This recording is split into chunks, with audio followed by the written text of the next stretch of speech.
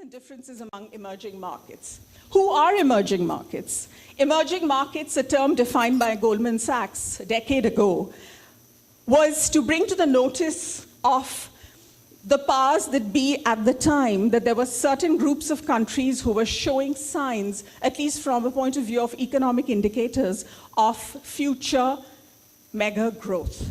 And that's how the term came about. The original emerging markets were Brazil, Russia, India, and China, the BRIC, as they were called.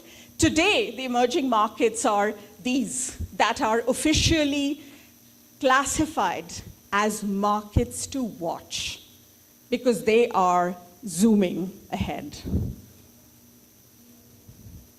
Are they same or are they different? Well, just comparing the original 4 emerging markets with America and with the world in terms of certain cultural measures.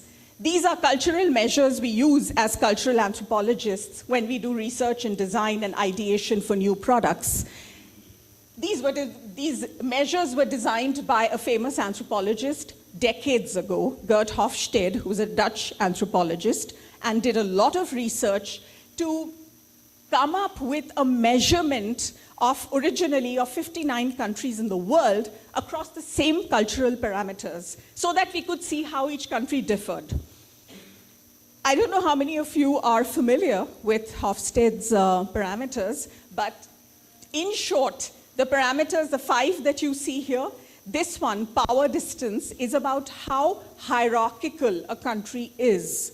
Is the country flat in terms of levels of society, as in the US, or is it extremely hierarchical, as say in Malaysia or India, or I suspect Egypt?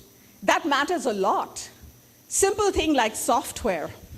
In a hierarchical country, having multiple levels of access allowed to different people in an organization depending upon their stature and their designation is very important.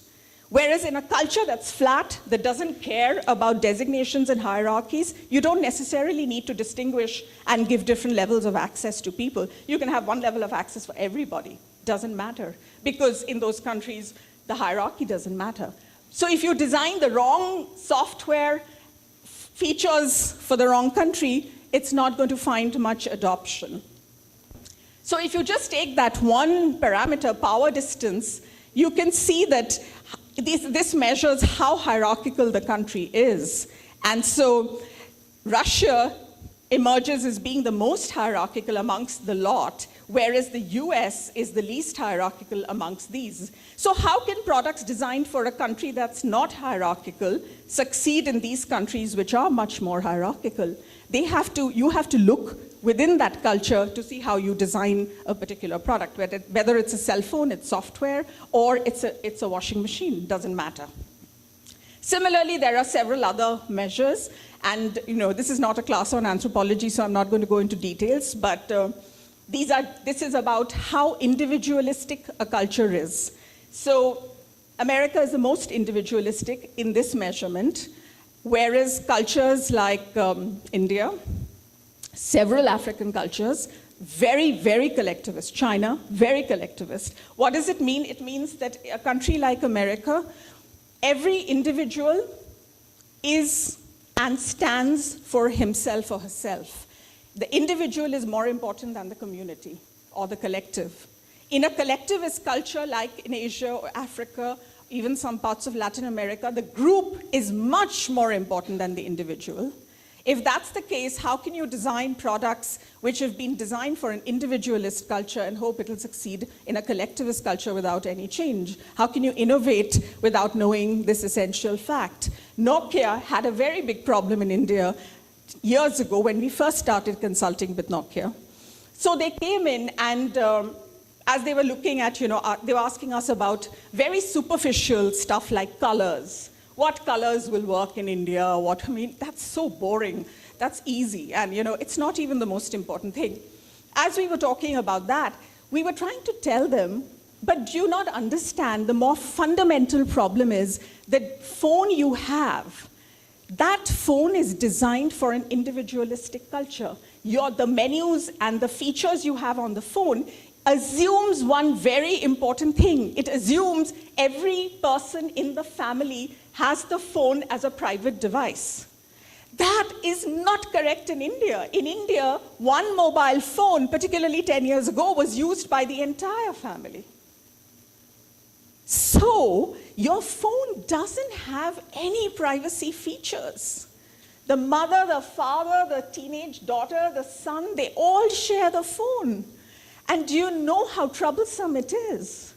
The young teenage son shares the phone, gets the phone from the father when he goes out for a party. And when he's coming back home, late at night, he wastes 20 minutes outside the house deleting all the calls that he's made to his girlfriends, all the text messages he's received from his girlfriends, because he knows what is going to happen when he walks in. His father will take the phone back and will first go through what calls and what messages. And there will be an inquisition about who he was talking to. So the kid says, why can't you have a phone where I have a way of taking out a card which will keep my data? And my dad and my mom will not be able to see what I've been doing. Why can't you have a phone like that? So we were telling Nokia, do you know this problem? This is more important than whether Indians will like yellow or blue. Today, of course, phones, all the phones come with SIM cards that you can change. You can use one phone, you can have multiple SIM cards. You can keep all your details on a SIM card, take it out, and the handset can be used by somebody else. That's a good thing. That's been one of the main reasons the mobile phone has penetrated so fast and so deeply in collective cultures in Asia. Similarly, other dimensions. What I want to tell you is that cultural dimensions, for example, tell you how different or similar different countries are. It gives you a clue whether you can innovate across cultures, you can innovate only within your culture, or you innovate within your culture and how do you change that in other cultures. Going blind is not going to help. And the world of design is littered with the most ridiculous stories of failure by the largest corporations because they never paid heed to looking at what is locally possible and preferred.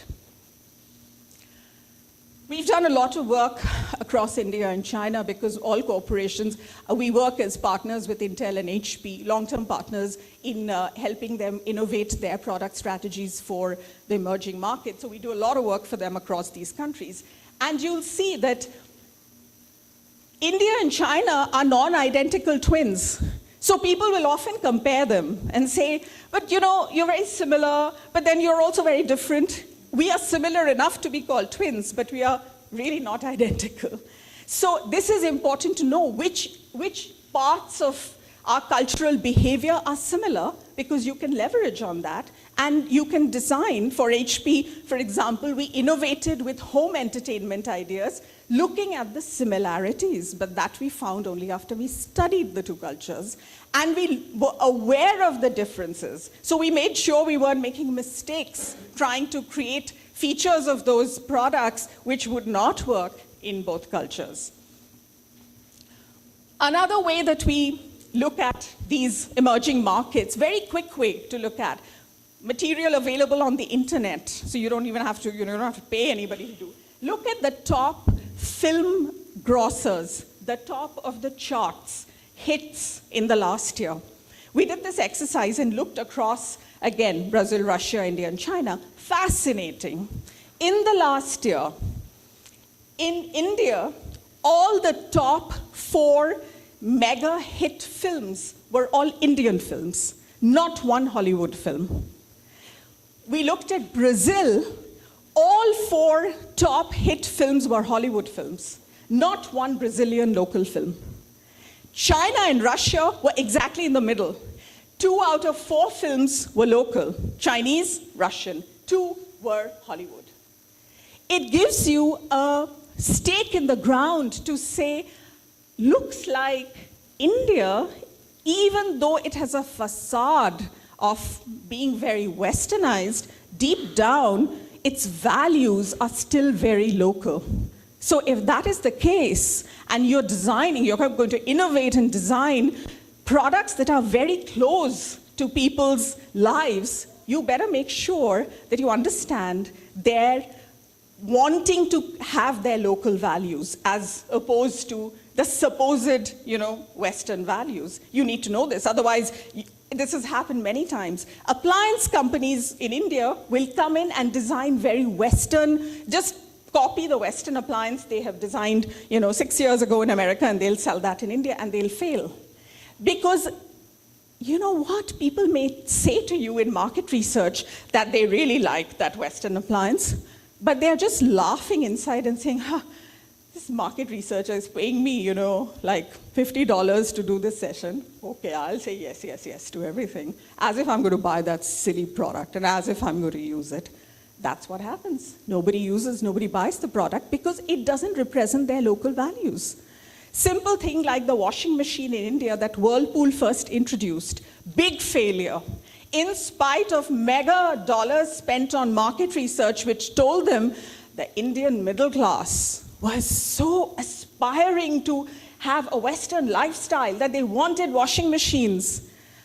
So they launched washing machines, didn't sell.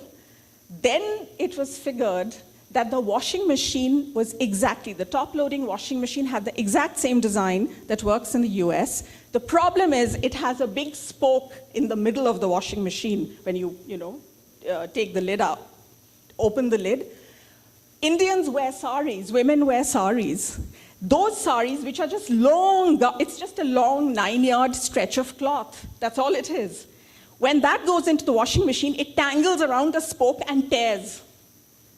So, as the housewives went to see the machine to buy in the retail store, they opened the lid and they saw that and said, that doesn't look good. I don't think I can buy this. I mean, don't you think, how will these long garments work in this? So, didn't work. Whirlpool now has changed it. It has a special machine with a sari wash, etc., etc. But what a costly lesson to learn. How stupid.